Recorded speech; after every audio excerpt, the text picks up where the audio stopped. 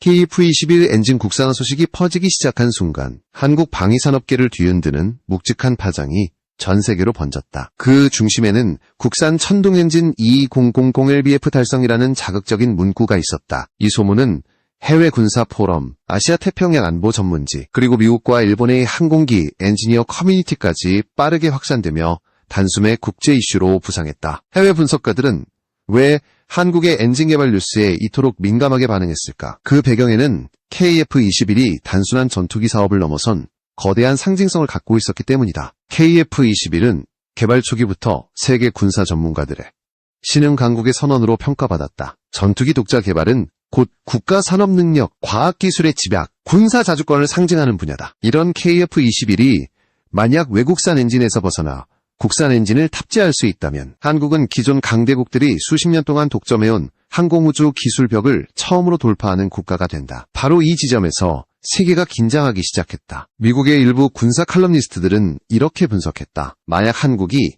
2000LBF급 전투기 엔진을 독자 개발한다면 이는 단순한 기술 성취가 아니다. 미국과 유럽이 장악하던 전투기 엔진 시장이 구조적으로 흔들리는 순간이 된다. 엔진은 전투기의 심장이며 이 기술은 수십 년간 미국, 영국, 프랑스, 러시아, 중국 정도만 보유한 극소수 특급 기술이다. 즉, 한국이 이 분야에 진입한다는 소문만으로도 기존 강대국의 이해관계가 흔들릴 수 있었다. 그렇다면 이 소문은 왜 이렇게 빨리 그리고 폭발적으로 확산됐을까? 그 이유 중 하나는 지난 몇 년 동안 한국이 보여준 기술적 성장 속도 때문이다. 레이더, 미사일, 전장관리 시스템 등 KF-21의 핵심 구성품 상당수가 예상보다 빠르게 국산화됐고 몇몇 분야에서는 선진국과 동일한 수준에 근접했다는 평가까지 나왔다. 특히 1800K 급내열 합금 개발과 엔진 블레이드 소재 국산화 소식이 전해지며 해외 전문가들은 한국이 엔진의 가장 어려운 벽을 넘기 시작했다고 해석했다. 이런 흐름에서 자연스럽게 국산 엔진 완성이라는 소문은 불길처럼 번져나갔다. 일본 언론은 가장 먼저 반응했다. 그들은 KF-21 관련 이슈만 나오면 즉각적으로 분석 기사를 쏟아내는 경향이 일본의 한 항공 전문지는 예외가 아니었다. 한국이 만약 지위 의존을 끝내고 자국 엔진을 장착한다면 아시아 항공력 지형이 완전히 재편된다고 밝혔다. 실제로 일본은 F-35를 비롯한 대부분의 전투기 엔진을 외국산에 의존하고 있지만 자체 개발 엔진은 아직 완성 단계가 아니다. 이런 상황에서 한국의 엔진 기술이 급성장한다는 인식은 일본의 상당한 위협이었다. 세계 시장 역시 한국의 움직임을 예의주시했다. 최근 KF-21의 수출 가능성이 급격히 커지면서 국산 엔진 탑재 가능성은 해외 고객들이 가장 궁금해하는 핵심 요소가 되었다. 특히 중동과 동남아 일부 국가들은 엔진까지 국산화된다면 유지비 절감과 공급망 안정성이 극대화될 것이라며 큰 관심을 보였다. 바로 이 지점에서 정보의 혼선이 발생했다. 일부 해외 매체는 한국의 소재 기술 개발 소식을 엔진 완성으로 오해했고 이런 오해가 다시 한국과 해외 온라인 커뮤니티를 통해 증폭되기 시작했다. 그 결과 한국의 엔진 개발 현황은 과장되고 단순화된 형태로 국제사회에 전파되었다. 한국이 드디어 지위 의존을 끝낸다. 2000LBF 달성, 세계 5번째 엔진 강국 등극, KF-21이 진정한 자립형 전투기로 변모한다는 식의 주장이 뒤섞이며 더 큰 파장을 만들었다. 그러나 이 같은 정보 확산의 이면에는 한 가지 공통된 흐름이 있었다. 세계가 한국의 기술력 상승을 더 이상 대수롭지 않게 넘길 수 없는 단계에 이르렀다는 사실이다. 즉, 이번 소문은 단순한 항공기술 루머가 아니다. 그것은 한국의 방위산업을 향한 세계적 관심과 경계심이 어느 단계까지 높아졌는지를 보여주는 중요한 지표였다. 이제 KF-21의 엔진 문제는 전투기의 세부 스펙을 넘어 국제 정치와 경제, 군사 균형에까지 영향을 미치는 전략적 논점으로 자리 잡았다. 그리고 이 모든 긴장의 뿌리에는 하나의 질문이 남았다. 한국은 정말로 외산 엔진 의존의 시대를 끝낼 준비가 되어 있는가? 아니면 이 소문들은 세계가 스스로 만들어낸 불안감의 반영일 뿐인가? 이제 우리는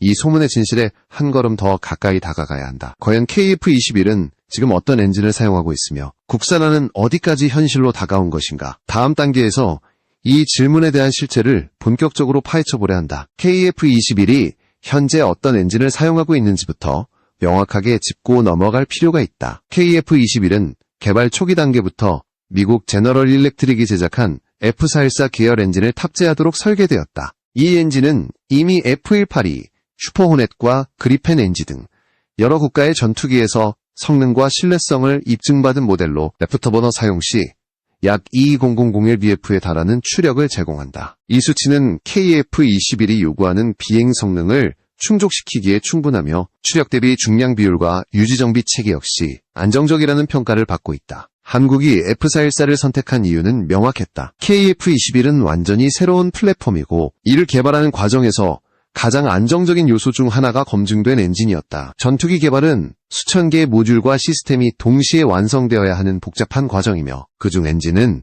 가장 중요한 핵심 부품이다. 따라서 국산 전투기의 첫 번째 목표는 독자 엔진 실험이 아니라 플랫폼 자체를 완성하고 운용 능력을 확보하는 것이었다. 이런 배경에서 F414의 선택은 기술적 신뢰성, 공급망 안정성, 개발 일정 단축 등을 고려한 현실적인 결정이었다. 하지만 여기서 한 가지 오해가 반복적으로 등장한다. 많은 해외 매체와 온라인 커뮤니티는 KF-21이 F414를 탑재했다는 사실을 두고 한국이 엔진 개발 능력이 없기 때문이라고 해석하려 한다. 이는 기술적 현실을 제대로 이해하지 못한 단편적인 시각이다. 실제로 전투기 개발을 처음 시작하는 국가가 자체 엔진까지 동시에 완성하는 것은 현실적으로 불가능에 가까운 일이며 미국과 러시아조차도 한 플랫폼에 여러 세대에 걸쳐 개량형 엔진을 순차적으로 적용해왔다. 엔진 개발은 독립된 초대형 프로젝트이고 이는 별도의 기술 축적과 실험을 필요로 한다. 또한 F414는 단순히 수입해 사용하는 엔진이 아니라 한국의 KF-21에 맞춰 세부 조정이 이루어진 형태로 장착된다. 한국은 이 엔진의 조립, 점검, 유지보수 기술을 상당 부분 흡수하고 있으며 일정 수준의 기술 이전도 포함되어 있다. 더욱 중요한 점은 이 과정이 대한민국 항공우주 산업이 향후 자체 엔진 개발을 추진하기 위한 기술적 기반을 구축하는 단계라는 사실이다. 전투기 엔진 기술은 단숨에 도약하는 것이 아니라 단계별 축적과 반복적인 시험을 통해 얻어지는 장기적 결과물이다. 그렇다면 KF-21이 왜 여전히 F414에 의존하는가를 이해하기 위해서는 전투기 엔진 개발의 난이도와 위험성을 정확히 아는 것이 중요하다. 엔진 하나를 완성하기 위해 필요한 금속 재료, 열차폐 기술, 정밀 가공 기술, 고압 압축기 설계 등은 세계적으로 극소수 국가만이 안정적으로 확보하고 있다. 엔진 블레이드 하나만 해도 극한의 온도와 압력을 견디기 위해 수년간의 합금 연구와 나노 단위의 표면 처리 기술을 요구한다. 이는 단순히 돈을 많이 들인다고 해결될 수 있는 문제가 아니며 축적된 노하우와 실패 경험이 필수적이다. 바로 이 지점에서 KF-21 프로젝트의 전략이 드러난다. 한국은 전투기 플랫폼을 완성해 수출과 실전 배치를 목표로 하면서 동시에 별도의 트랙에서 엔진 국산화 기술을 단계적으로 축적하고 있다. 즉, 지금 KF-21이 F414를 사용한다고 해서 한국의 엔진 기술이 정체되어 있다는 의미는 아니다. 오히려 F414 기반 통합 기술 확보가 한국이 독자 엔진 개발에 도전할 수 있는 중요한 밑바탕이 되고 있다. 실전 운용 과정에서 얻는 방대한 데이터를 바탕으로 한국은 차세대 엔진 개발의 방향을 확실하게 잡아가고 있다. 한편 F414 엔진의 선택은 한국의 수출 전략과도 긴밀히 연결되어 있다. F414는 이미 국제적으로 널리 사용되는 검증된 엔진이기 때문에 KF-21을 도입하려는 국가 입장에서는 유지보수 인프라와 정비체계를 쉽게 구축할 수 있다. 이는 초도기체를 수출하려는 한국에게 매우 중요한 이점이며 엔진 국산화가 이루어지기 전까지 KF-21의 초기 수출 경쟁력을 크게 강화한다. 실제로 중동과 동남아 여러 국가들은 F414 기반이라는 점을 신뢰 요소로 받아들이고 있다. 정리하면 KF-21의 현재 엔진은 외산이지만 이 선택은 한국의 항공우주 전략 전체를 놓고 볼 때 매우 합리적이며 단계적 국산화 전략의 일부라고 할 수 있다. 중요한 것은 지금 KF-21이 어떤 엔진을 쓰는지가 아니라 한국이 엔진 기술의 어떤 부분을 확보해 나가고 있고 어디까지 도달했는가이다. 그리고 바로 이 관점에서 다음 단계에서 살펴볼 1800K급 내열 합금과 블레이드 국산화 연구가 핵심 열쇠로 떠오르게 된다. 여기서 한국은 단순한 조립국이 아니라 진정한 기술 보유국으로의 변신을 준비하고 있다. 이제 우리는 소문의 핵심에 한 걸음 더 다가가게 된다. KF-21 엔진 국산화 논의에서 가장 중요하게 다뤄지는 요소는 단순히 엔진 완성 여부가 아니라 그 엔진을 구성하는 핵심 기술을 한국이 스스로 확보하고 있는가이다. 특히 1800K급 내열 합금과 엔진 블레이드 국산화는 한국이 향후 독자 엔진 개발에 도전하기 위해 반드시 넘어야 할 기술적 장벽으로 평가된다. 기술들은 전투기 엔진의 심장부를 구성하는 영역으로 몇몇 선진국조차 연구와 실패를 반복하며 수십 년 동안 축적한 노하우가 필요한 분야다. 먼저 1800K급 내열 합금 개발은 단순한 금속 연구가 아니다. 전투기 엔진 내부는 수천 도에 달하는 초고온 고압 환경이 형성되며 기존 합금으로는 이 조건을 견디는 것이 사실상 불가능하다. 미국, 영국, 프랑스 등 전통적 항공 강국들이 오랜 기간 걸쳐 독점해온 이 영역에 한국이 본격적으로 도전장을 내밀었다는 점 자체가 국제 군사 기술계에서 큰 화제를 모았다. 국내 연구기관과 업체는 1800K 이상의 온도를 견딜 수 있는 합금 조성과 코팅 기술을 단계적으로 확보하며 이미 몇 차례의 실험을 통해 내구성을 검증하고 있다. 해외 전문가들은 이 성과를 두고 한국이 엔진 기술의 첫 번째 벽을 넘기 시작했다고 평가한다. 또한 엔진 블레이드 국산화는 한국이 앞으로 얼마나 독자적인 엔진 기술을 확보할 수 있을지를 가늠하는 매우 중요한 지표다. 블레이드는 단순한 회전 날개가 아니라 초고속 회전과 극한 온도를 동시에 견뎌야 하는 전투기 엔진의 핵심 부품이다. 한 장의 블레이드를 만들기 위해 사용되는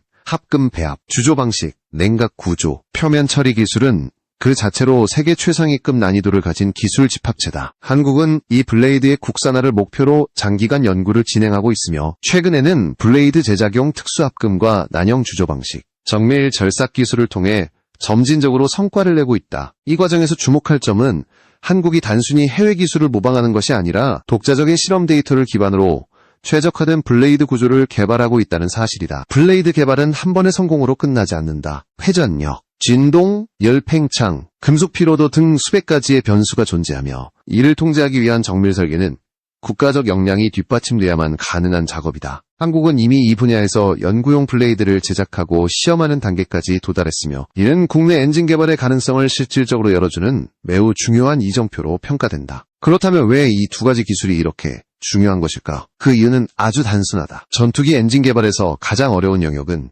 고온부를 구성하는 터빈과 블레이드이기 때문이다. 압축기나 연료분사 시스템, 외피 구조체도 물론 난이도가 높지만 전 세계적으로 근본적인 기술 장벽을 만들고 있는 영역은 바로 고온부 내열 소재다. 이 소재 기술을 확보하지 못하면 아무리 엔진 설계를 잘한다 하더라도 절대로 실전급 엔진을 만들 수 없다. 즉, 터빈 블레이드를 만드는 능력은 곧 전투기 엔진 기술 독립의 상징이다.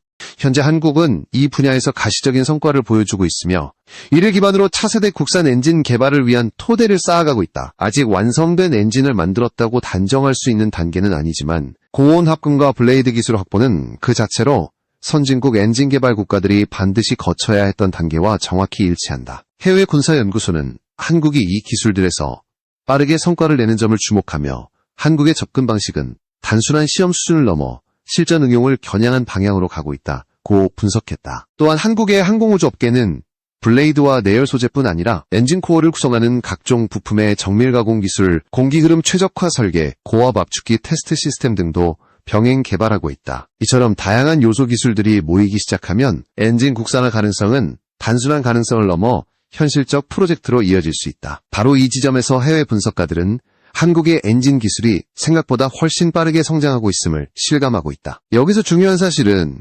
한국이 지금 당장 완성된 엔진을 내놓지 않더라도 핵심 요소 기술을 얼마나 확보하느냐가 국제사회에서의 신뢰도로 직결된다는 점이다. 블레이드 국산화와 내열 합금 개발에서 이미 수차례 시험을 성공시킨 한국은 단순한 조립국을 넘어 실질적인 엔진 개발 능력을 갖춘 국가로 한 걸음씩 다가가고 있다. 그리고 바로 이러한 성과들이 해외에서 전동 엔진 2000LBF라는 과장된 소문을 만드는 토양이 되었다. 이제 남은 질문은 이것이다. 한국의 엔진 기술 성과가 왜 지의의존 종료라는 말로까지 확대 해석되었을까? 기술적 성취와 국제적 반응 사이에는 어떤 간극이 있었는가? 다음 단계에서 이 문제를 정면으로 살펴보게 된다. 한국의 엔진 관련 기술 성과가 공개될 때마다 해외에서는 지의의존 종료라는 표현이 등장하곤 한다. 이 말은 단순히 기술 발전을 평가하는 차원을 넘어 한국이 장기간 유지해온 미국 엔진 의존 체계가 흔들릴 수 있다는 국제적 우려를 반영한 것이다. 그러나 이 표현이 확산된 이유는